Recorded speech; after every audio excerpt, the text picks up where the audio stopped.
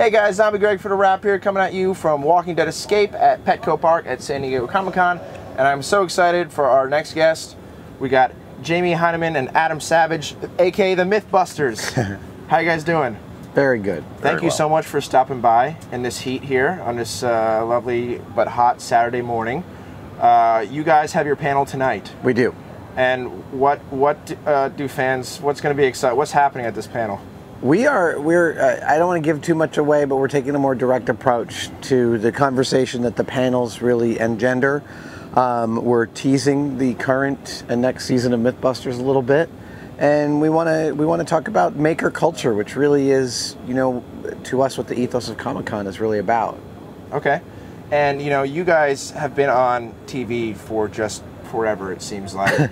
Were you guys, when you were approached or when you decided to do this show, were you expecting this? Does it just blow your mind? Absolutely not. It was like, you know, sure, let's give it a shot. You know, we'll try anything, and you never know. But nothing would have surprised us more than what actually happened, and that we're still here is amazing.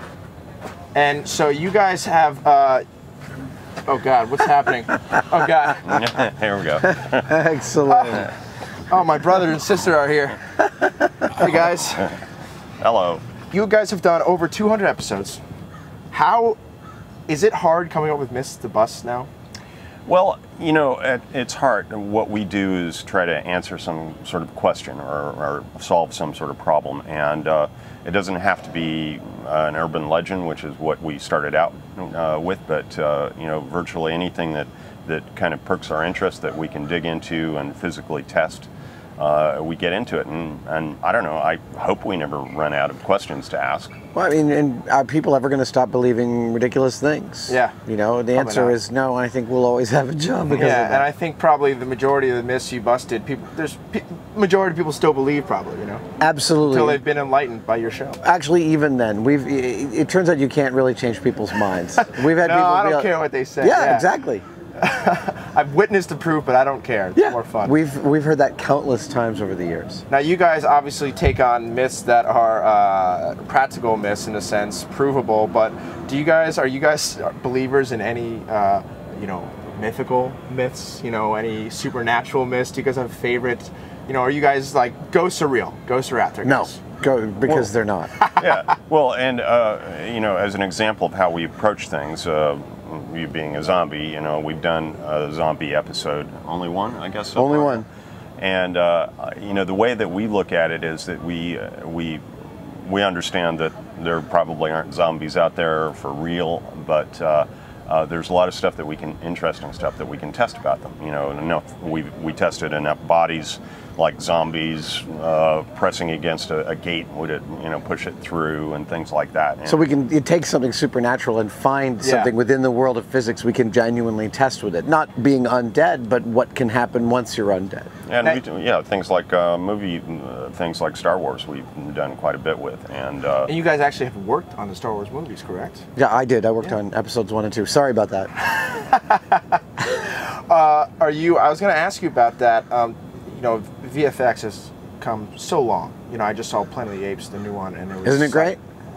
Yeah. Like, they looked so real. Yeah. You know, was there a movie this summer that really blew you away? You know, coming from that experience of working in that world? Actually, the most amazing effect I've seen so far is Boyhood.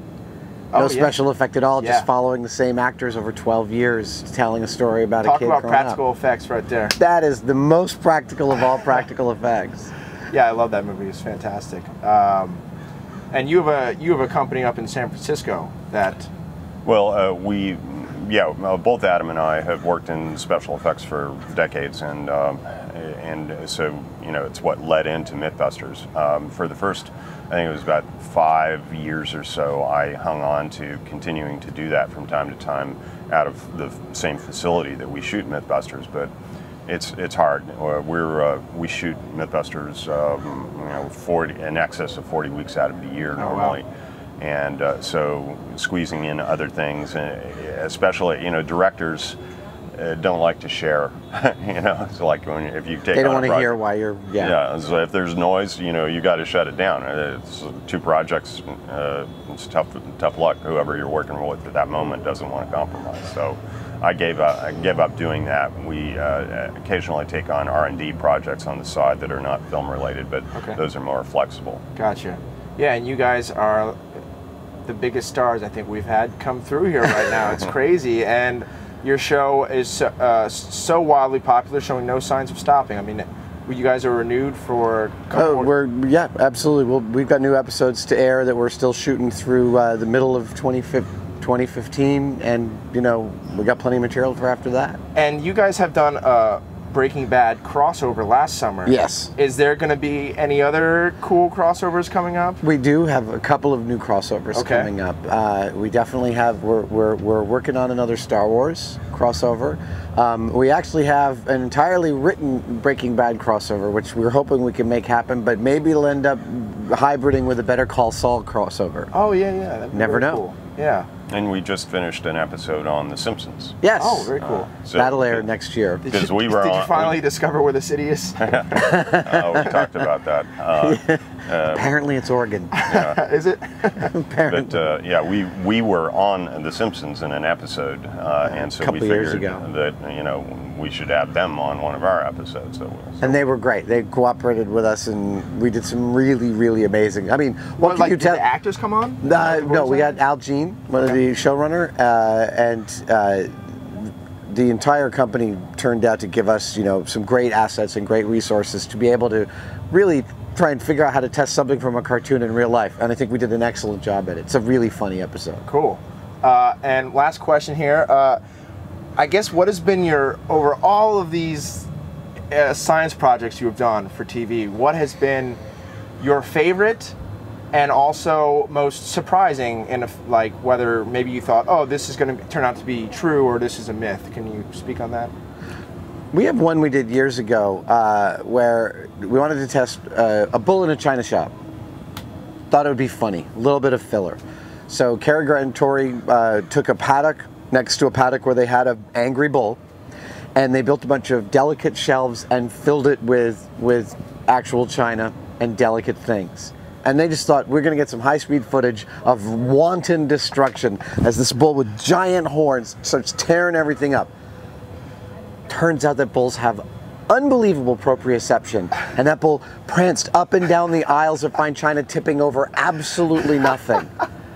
Wow. Completely, nobody could believe what they were seeing. And it is still one of my favorite shots in the show of this bull. And the bull is angry. He's running around, but he's not tipping anything over. Yeah.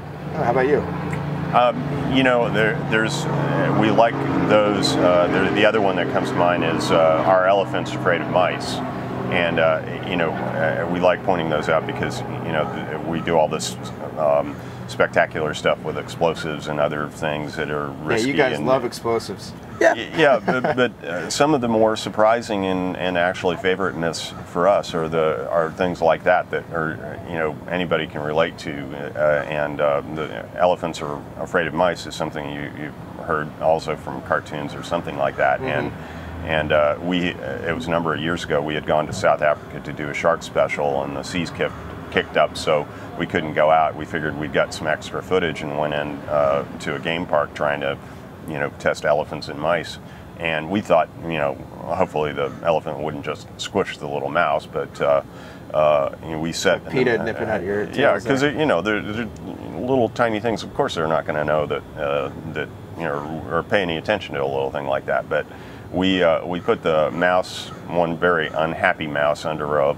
ball of elephant dung the size of a basketball, and tied some monofilament onto the ball of dung, hid behind a bush. The elephant comes by, and we yank the ball off the mouse, and darned if that elephant didn't practically tiptoe carefully around. We got clear as day footage of this elephant stopping and kind of shifting off to the side. So it did kind of recognize there's this little... completely recognize it. Absolutely, and Jamie's right. It tiptoed around the mouse. Totally confirmed. It's like us and spiders. Yes. But they're probably cooler about it, because when we get spiders, we're like, ah, get it off! Get it off! Yeah, It's a date killer. Exactly. We even thought that maybe it's just the ball of dung that frightened it, and we tried it without the mouse. Ew, poo-poo, gross. Yeah, well, the elephant didn't react at all to the ball of dung moving, and then we tried it again with another elephant and another mouse, and totally same thing. And, Wow. and it reacted the same way. So, multiply that times hundreds of myths that we've gone after over the years, and there's always something that just knocks our socks off that we never thought would have happened. It can be big, spectacular things, or little tiny things like that that everybody is familiar with, and they're all special in their own way. Yeah, well, guys, thank you so much for coming by our little tent here, and it was a pleasure meeting you. I'm so jealous of your jobs. Thanks for having us. Keep doing a good job. We will. Thanks for having us. We will. Have fun this weekend.